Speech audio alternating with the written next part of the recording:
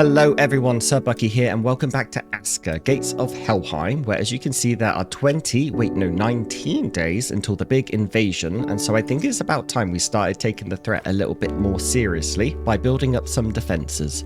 I'd like to start out by building the barracks so that we can begin training some warriors, but before I just plop down the building, I do want to level out the land here first so we have less of the wonky nonsense going on, since I also want to start taking village aesthetics more seriously too. As for who our warriors will be, I've been trying to keep a lookout for the bear power perk, which I believe, I could be wrong, but I believe is the perk that has the warrior prefer using two-handed weapons. I'm a fan of two-handed weapons, not only because they do a little bit more damage, but they also stun the mob a little bit faster, and a stunned mob isn't a threat anymore, basically. There was a comment a while ago in one of my videos that said one-handed and shield is just as viable, so I will try that at some point for myself, but for the villagers I want the two-handers. Plus, it just looks cooler. Having the barracks up and warriors training as soon as possible also means that by the time the invasion rolls around, they should be quite leveled in melee combat and therefore able to hit quite hard, especially after we kit them out with iron weapons.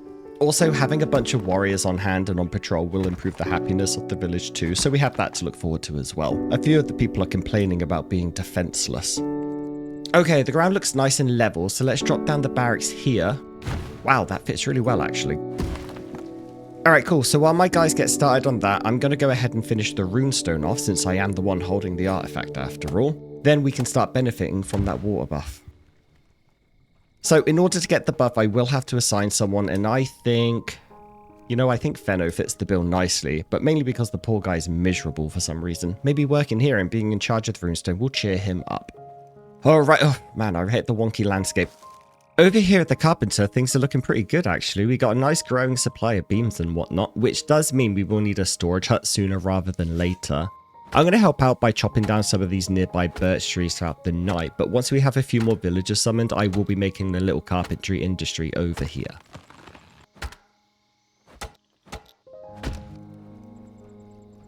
Alright, that should keep the carpenter busy for a day or so. Let's go check on the barracks. Not bad, it's coming along nicely. I'll just add the robe since I have that on me. Let's also clear this corpse out of the way because, gross.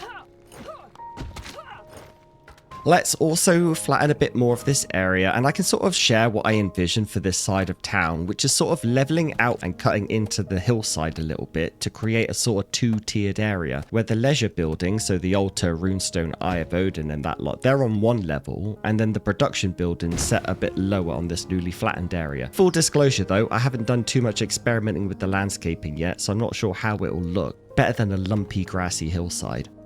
And then up here, I'm thinking about building a massive longhouse complete with a wall and gardens and all the nice things. Yeah, wow, that's a lot. Those 23 beams will take a while. I learned that in my ASKA Alone series. The longhouse is probably not doable in this episode, but it's definitely something we can make a start towards, especially by making that little wood industry setup I spoke of earlier. Oh wow, it really doesn't take long to level all the land, so I think I'm going to do a bit more around this area and see how it turns out. And then over here, I guess I could do something similar near the shrines. Oh, there's Fenno. Let's see if he's cheered up. I mean, yeah, a little. I'm glad you're feeling better, Fenno. Oh, wow, they're done leveling again, and the barracks is up. I missed that. So let's go ahead and start training someone. Now, I remember seeing someone who might have what we need. And yeah, it's none other than Hjel, hero of the first Bloodmoon back in episode 1. Perfect.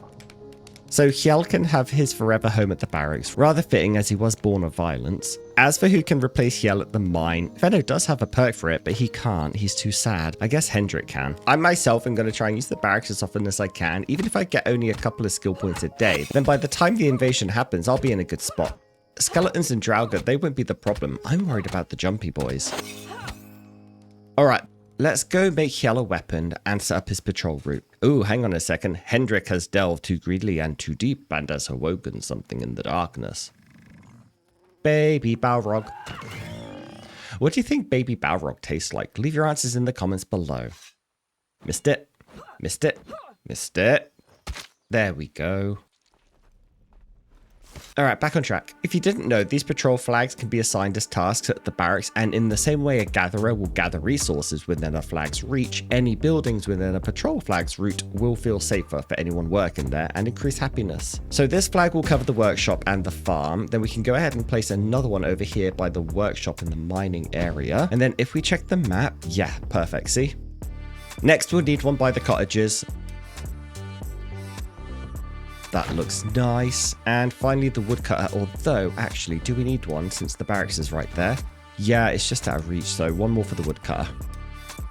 Alright, now time for Hjel's weapon. Alright, so for villager weapons, I'm thinking the warhammer because it sounds and looks cool. End of, you know, that's just my rationale there. So one tip or rule or whatever that I go by is when making iron tools or weapons, set up a task in the workshop to produce that item using refurbished parts, this little checkbox here. This will mean that every time one of your villagers' tools or weapons breaks, it gets reforged Anduril style, meaning you never have an oversupply of knives or hammers, for example, but always have what you need repaired and ready when you need it. Back up top here in the residential district, I do want to build a third cottage so that I can summon another 6 villagers, but first I have to clear this area of some Bloodmoon carnage. Now, I know summoning more villagers will worsen future Bloodmoons and invasions since they scale off population, but I do want to start automating more of my production chains, as well as fish for more bear power perks. I think it's a fine trade-off. You think this one will drop some ruby slippers? Now, this will delay plans for getting the longhouse and the revamp to this plateau, but, big but, I have a really cool idea for the leisure area below. So, you know, I'll balance out not having a revamped housing district by instead revamping the leisure and religious district first. All right, let's grab a bunch more Jotun blood so we can do back-to-back summons over the next day or so.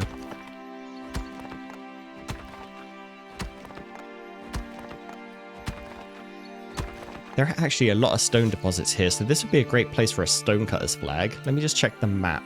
Yeah, we haven't covered this area yet. I'll also throw down a foraging flag too for good measure. I find that to be a handy combo. You know what? I got lost in the woods looking for flags. Where are my flags? Oh, there they are. Okay.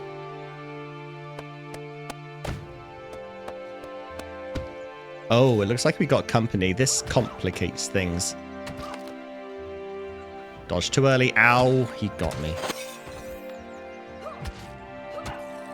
Ah, that explains it. There's a large cemetery nearby, and that is a lot of skeletons. Well, I can't leave this up and running, and you know the drill by now. UI off, music on, let's dance.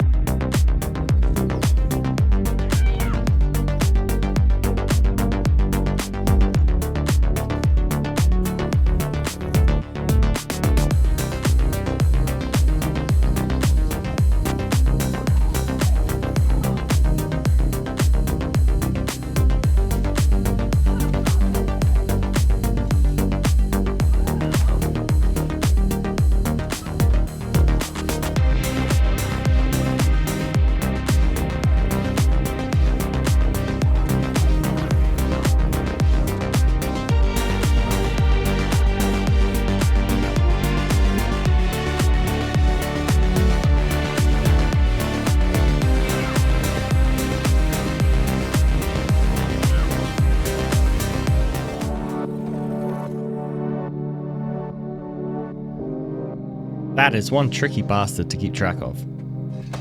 Alright, let's grab the goods and head back home. Ah, typical. There we go. So this guy drops the air artifact. No room, hang on. So this guy dropped the air artifact. Can't remember what it does though. Let's just grab the Jotun blood and as much of the iron as I can. Cool. My bag is completely full, so time to head home. So who's next? Stormforge, that's an okay one, I guess, and Rain Dancer. Nice combo there, actually. Versus Rain Dancer again and Wildling. We'll go with Leone here. So what's next? It might be time to do something about this area here and build up that timber industry. We will need another woodcutter's hut and a storage facility nearby set just to wood and at least one villager working in each. Let's see here. I usually set the woodcutter facing away from the carpenter since the log storage is on the back and it's actually quite convenient. But it looks like I'll have to cut down some of the fir trees first, which isn't a huge deal because we'll need the wood for building anyway. All right, sleeves up. Let's get to work.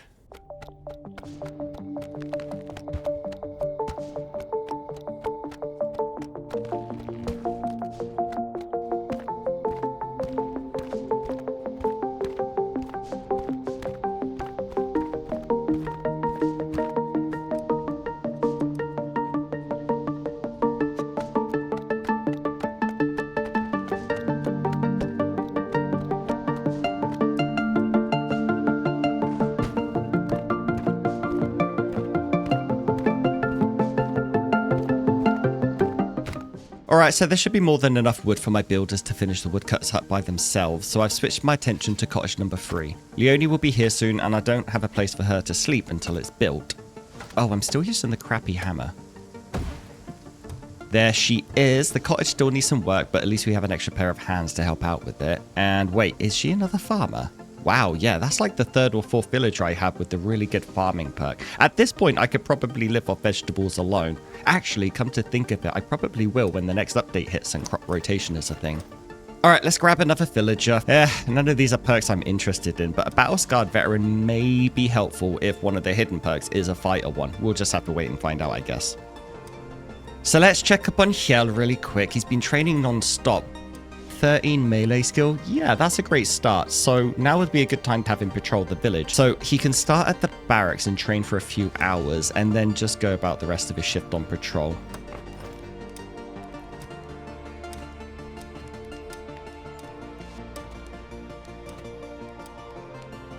Oop, gotta fix that. Second woodcutter done. Perfect, perfect, perfect. Alright, while I'm here and before I forget, let's fix my iron hammer. Let's also take this opportunity to make an iron axe for the woodcutter now that it's been built. And some nails. If you saw the last episode, you'll know why.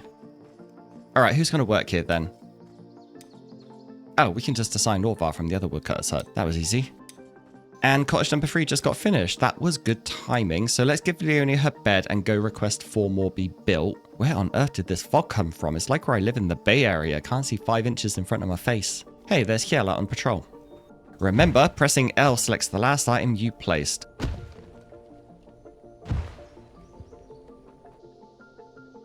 Oh, that looked weird. Okay, time for villager 15. Nothing interesting again.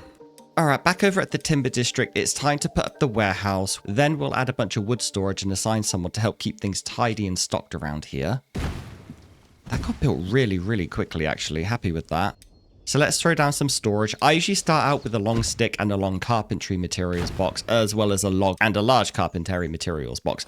That way, the long sticks and logs get stored as raw materials until they can get refined, after which the completed material goes into the neighboring box. It just makes sense. The fact that they're also the same size is calming to me. So our next villager arrives in about 20 seconds, or rather now, I guess. And I do not have enough Jotun blood to summon the next. Oh, wait, is that a bear power perk I see? Yes, it is. Ah, that's great news. So that's our second warrior now. We can equip her with another 2-handed mace. The next attack is going to be very interesting. All right, let's finish this off and maybe take some of that meat back with us. Ooh, that reminds me. Someone commented in the previous video that there's an even faster way to harvest meat. So I've been using melee attacks, but they said, hang on, I wrote it down somewhere. There it is. C Ferguson 37 says, click R to harvest, then let go after the first strike, then hold it again. All right, C Ferguson 37, let's see what you're made of. Oh my God, that's amazing and my new favorite thing. That is so fast though. C Ferguson 37, everyone, with a great harvesting tip. Amazing, love it, thank you. All right, with that excitement out the way, let's go grab ourselves another villager. Then we can drop off all this meat. Stormforce and Steadfast Resolve. Sure, why not?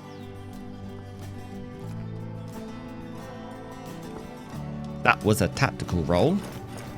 Alright, time to switch gears to landscaping because honestly, this area is just making my soul itchy. It's so ugly and I can't even anymore. Let's see what we can do. First thing I want to do is slice the corner off here and make it less blocky. Then see if we can do something a little bit more natural looking, or at the very least, look less like a Tetris block. Alright, I'll check on that in a minute. Oh, hey, spare clothes. I did this part earlier, but then my game crashed and I lost some progress. Apparently, I also forgot to grab the clothes again too. Whoops. Much better. No cape clipping makes me smile. Looks like the landscaping is done, and it also looks awful. But remember, you can't make an omelette without breaking some eggs. Let's go ahead and get rid of this monstrosity. Now, a little more work on this workshop area. Villager 16 is almost here, so I just want to grab some more Jotun blood so we can keep the people coming. That's enough for one, but not two. But since it's night, I want to head back in case there's a... see, I bloody called it. We got a blood moon. Alright, where's it coming from?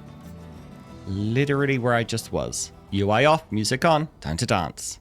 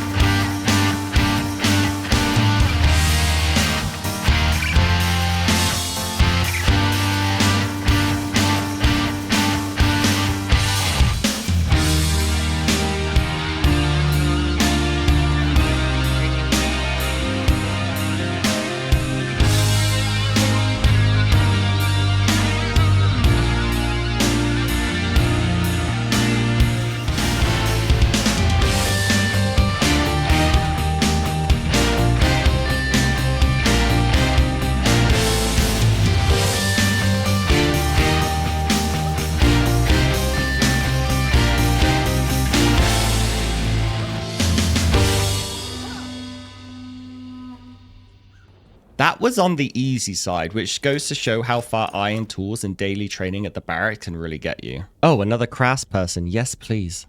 Alright, it is a little hard to see, but let's see if we can't carry on with the landscaping. I mean, a blood moon might inspire some people to shore up their defenses, but instead I'm shoring up the aesthetics. It's like all those live, laugh, love people say, home is where the heart is ripped out of you by undead monsters because you didn't build any walls or towers. Too dark. Let's do this at sunup. Alright, so since there's a drop between the cooking area and the workshop area, there maybe will be 3 levels, not 2. So what I want to do is I want to find a place to have the transition from the medium to the lower level, and I'm thinking by the rock near the cooking hut would be quite nice. That'll do. Whoa, that looks bad, that looks bad, that looks so bad, but remember, omelettes, people, omelettes. See, not nearly as bad as it looked. Then if we whack along this edge here with the hoe, we should be able to smooth it out some. Just, you know, one hit, baby step, one hit, baby step, and so on.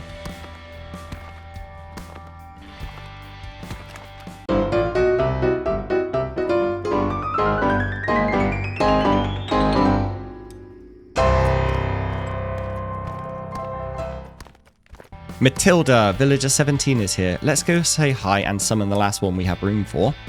Just a couple of med choices again, but a nighttime worker breaks the tie. Alright, let's get rid of this section here and pull it back in line with the upper level.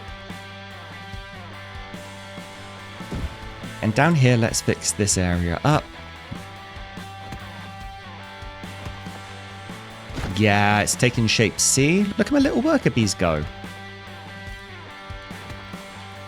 Quickly get rid of this lump. But rather than flatten it, I should probably bring the upper level out some, as it's too close to the water well there and it just looks real bad.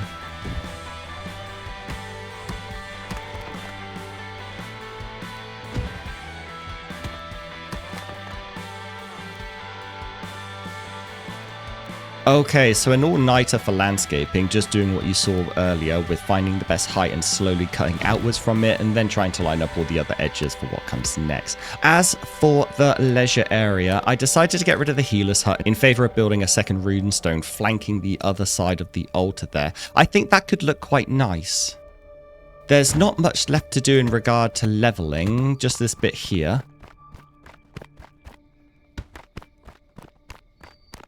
That looks honestly about as perfect as I think I can get it with how things work right now. So let's move on to the next phase, which is building a nice fence along the edge, you know, to stop people falling 4 feet to their deaths. The hedge wall could be nice, but it's a little complex for what I'm going for here, not to mention intensive on the logs. It just seems like this is more suited to a minor defense or outer wall, whereas what I'm going for here is sort of like an inner city, inner town, inner village aesthetic, you know, just a run-of-the-mill fence. So let's go with the flimsy fence and run it along the edge here. Those arrows are new, by the way, and they tell you which way the spikes will face if you upgrade to spiked walls, which we definitely will be doing in the next episode when we build our invasion defenses. L to build again, right click to snap to the previous section, line it up, and boom.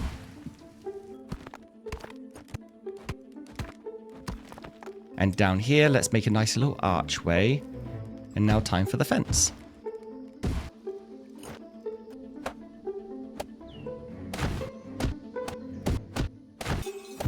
Look at that though, that is 1,000 times better. But I don't want 1,000 times better, I want 1,000,000 times better. 1 rope and 5 sticks for decorative items, by the way, insane value. I'm spamming these next episode and skyrocketing happiness. But just don't ask how 1 rope and 5 sticks makes a birch tree.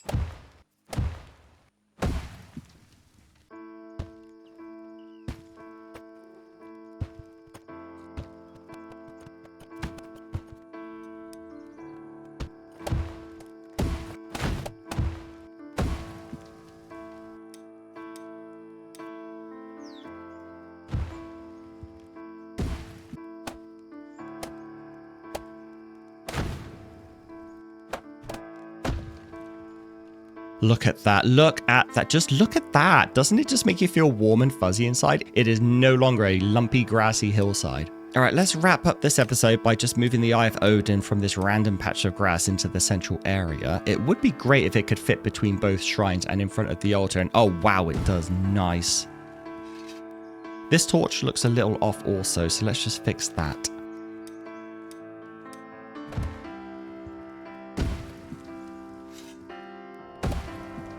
Okay, wow, look at this place. I'm so happy right now. What a glam up. I'm so glad I took the time to spruce up this leisure area. It looks so much better. But before I get carried away and spend the next 2 hours doing landscaping, I am unfortunately going to have to leave this episode here. We'll do more landscaping in the next video. Oh my god, what was that warning for? Is that a bear or a... Oh, we got a Bloodmoon marker on the compass. Okay, well I guess we're ending this episode with a bang. Let's dance.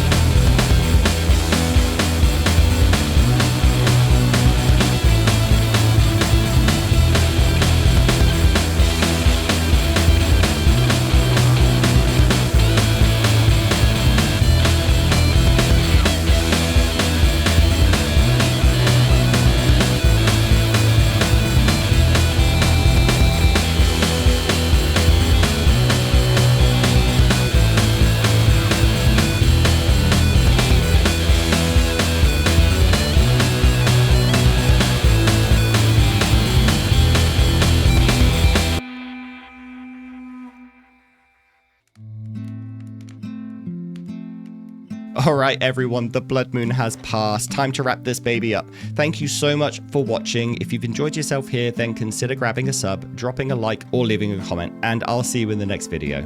Cheerio.